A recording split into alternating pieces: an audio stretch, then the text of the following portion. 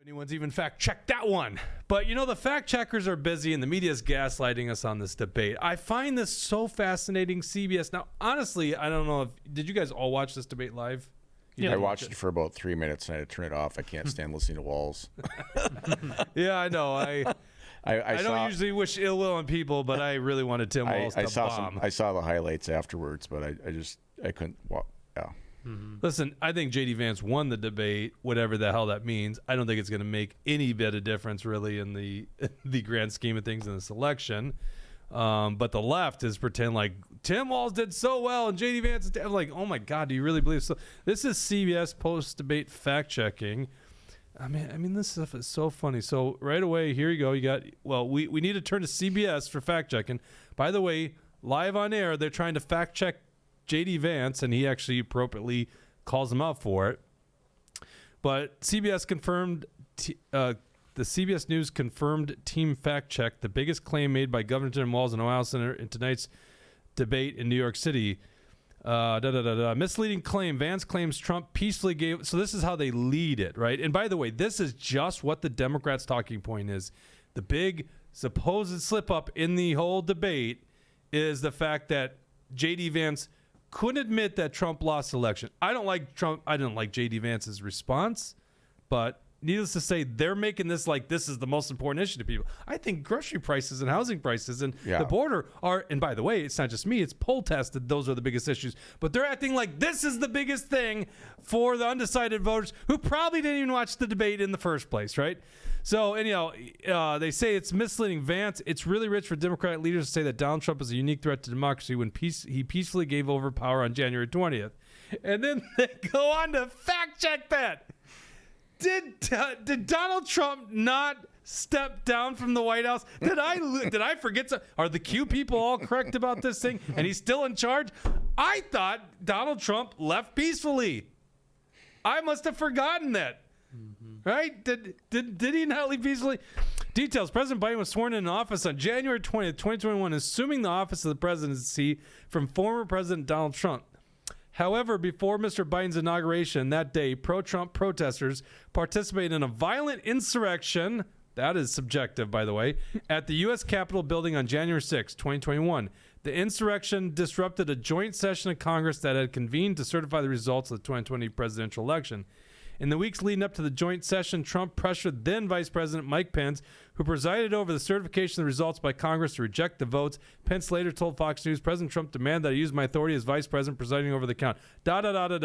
All this is subjective, right? All that is subjective.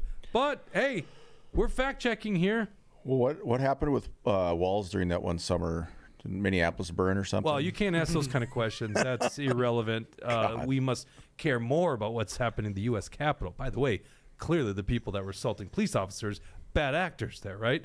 And I don't know how many of those people were FBI agents, but you know what? Honestly, it's a joke that we're supposed to care more about this basically unarmed insurrection at the Capitol when Donald Trump clearly said from the stage, march over there peacefully and patriotically, right? Well, and I was watching at the time, and like what they said happened didn't happen. Like what you just said happened. Right. He said, be peaceful, go do whatever. He did not say any of the shit they said he said. And that's what frustrates me. He's like, I watched it live. I know what happened. I know all these things, all the COVID stuff. I know what was going on, and now you guys are finally figuring it out. Saw some dumbass still wearing a mask today, driving through St. Paul in a car by himself. Science. Health. God. All right, this is the one that gets me, and this is when we were actually watching the debate. You know, CBS actually kind of cleaned it up, and they, in fairness to CBS, the moderators, they get off this article, Dawson. They ended up asking tough questions to Walz, especially the one about supporting abortion in the 9th month. A complete miss, in my opinion, by J.D. Vance. He should just yielded his time for Tim Walz to actually answer that question. They asked it twice, and Walz danced around. It was some pretty careful dancing. But anyhow, because, you know, Democrats don't want to admit that they actually don't want to define when life begins. But this is the phrasing of, they moved to the conversation of the hurricane, a tragic event. But, well, we can't possibly talk about a hurricane without, propagandizing climate change. This is This is at the 10:13 mark here, Dawson, asking J.D. Vance about the hurricane. And listen to this. Gentlemen, we have a lot to get to. Nora? Margaret, thank you. Let's turn now to Hurricane Helene. The storm could become one of the deadliest on record. More than 160 people are dead and hundreds more are missing. Scientists say climate change makes these hurricanes larger, stronger, and more deadly because of the historic rainfall. Senator Vance, according to CBS News polling, 7 in 10 Americans and more than 60% of Republicans under the age of 45 favor the U.S. taking steps to try and reduce climate change. Senator, what responsibility would the Trump administration have to try and reduce the impact of climate change? I'll give you 2 minutes. Okay, once again, not a massively huge issue in this election cycle, except for the far left, right? This is an issue of the far left. It'd be really interesting to see, is there an issue of the far right that most people care about? But literally, polling after polling shows what the 3 biggest issues: first, economy; second, border; and then abortion. And abortion, obviously, weighing in a little bit more on the left, but obviously people on the right care about that. So inserting this question from I know I'm going to sound like a broken record here, but this is not settled science. I believe this is a massive hoax, but then they use this tragedy to act as if it is man-made climate change. By the way, is it global warming or climate change? Climate change in this question, but I asked during Education Policy Committee this spring. They had teachers in, and there's a new law. They want to teach climate activism in school. I'm like, no, that's bullshit. So I asked the teacher, I said, are you going to talk about geologic timescale? And they're like, what? I'm like, well, we have to talk about geologic timescale. We have to talk about how the Earth has been warmer when humans weren't even around. Right. We can prove it, but you're not going to talk about that. You're just going to go with the little period of time here that we have no control over. And I can't remember who I was talking about this with the other day, but so I have a degree in wildlife biology. I'm a wildlife biologist. And you can define what a woman is, right? Exactly.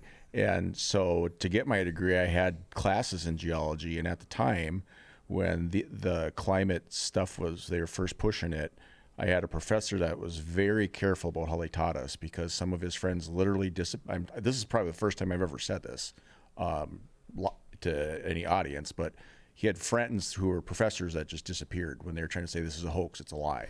Now there's enough people saying it that it's like, well, shit, you have people that are winning Nobel Peace Prizes that say it's a lie. We have physicists that are saying it's a lie. It's not real. Oh, come on. What kind so we got these geologists that are like, well, I don't want to die, to teach kids in college that this is bullshit. That's very paranoid there, but certainly you're not going to get funding. That's for sure. They've tainted the pool of funding for research heavily in favor of that. That's a big problem. It's the same kind of corrupted science that's involved with pharmaceutical companies. Science. So if you want to science, right? If you want to have solar panels, windmill, whatever, great. But if it's more efficient and it doesn't actually cost more to build the thing, then if we could just do it with nuclear energy, which isn't as energy wasteful, because you're never even getting the energy out. I know a guy that works on windmills. I don't know if I've said this on here before, but he said in 20 years, if we don't figure out that these things don't work, we're stupid. He said in 20 years I should be out of a job. Yeah, like a guy that works on them. Yeah. All right, pull up at the mark 17:23, Dustin. So after they're done getting the answers to questions, I think Tim Walz is the last to speak. And I just don't think I've seen this too much in debates. I don't know why you think this is in bounds, but after they're done with the questions, instead of just moving on to the next question, they want to insert another line of propaganda. Go ahead and play this. Of energy policy is exactly what she's doing, creating those jobs right here. Governor, your time is up. The overwhelming consensus among scientists is that the Earth's climate is warming at an unprecedented rate. Margaret? Thank you, Nora.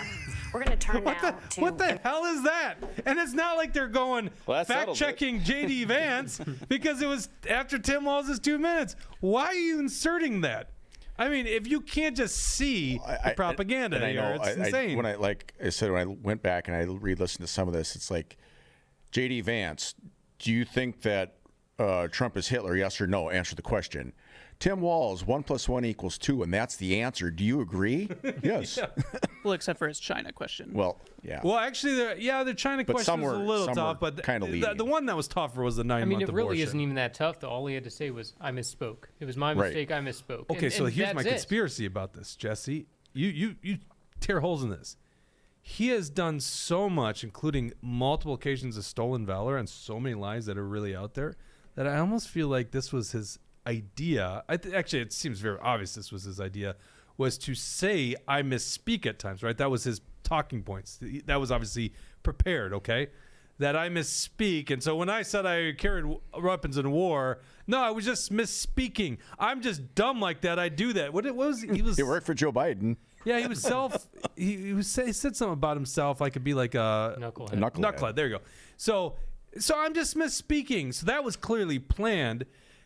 Here's my conspiracy. Did he purposely say I'm friends with school shooters so he could just show everyone, oh, look, I misspeak? And that was clearly misspeaking. Is that, do you guys buy into that? You buy into that? Inception level. I don't know. They're If that was Trump, you'd be like, that's 4D chess, right, Jesse? I just don't think Walz is that smart when it comes to debating and stuff like that. he's just I a agree. loud, He angry. looked way too nervous. He's to loud and have anything angry. Planned. I agree. I don't actually buy into that theory. All right.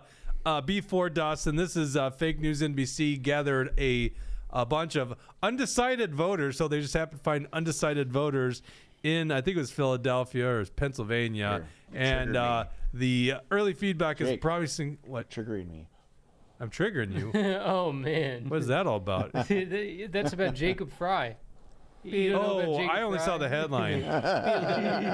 That's Be a little bit careful with those. No crime going on here. Didn't you see that? Yeah, yeah, I did. saw that. Now you got me off my game. All right. So anyhow, apparently they found just a bunch of random undecided voters in Pennsylvania, and it looks like, well, Tim Walz actually won this debate. Now, Jesse, you brought up a fair point in the pre-show. Yeah, Fox News does the same thing, so that's to be expected of NBC News. Washington Post, is that a big conservative newspaper? No. Wiesenberg says no. Clearly, it's not.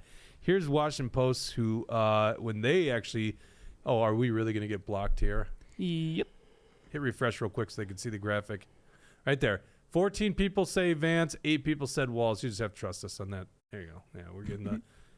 We have to subscribe. That's the case. We have to subscribe. All right. So anyhow, according to the Washington Post, they found 14 to 8 thought that J.D. Vance won the debate. Once again, my conclusion on this thing, it's really not going to make a big difference in the grand scheme of things. Nope. Even Dawson thought J.D. Vance won the debate, right? I thought it was pretty clear that Vance is more practiced at this kind of thing, and Walz is being set up with the caricature of, I'm just your hometown guy, whatever, where New Yorkers will look at him and be like, oh, country bumpkin, I get it.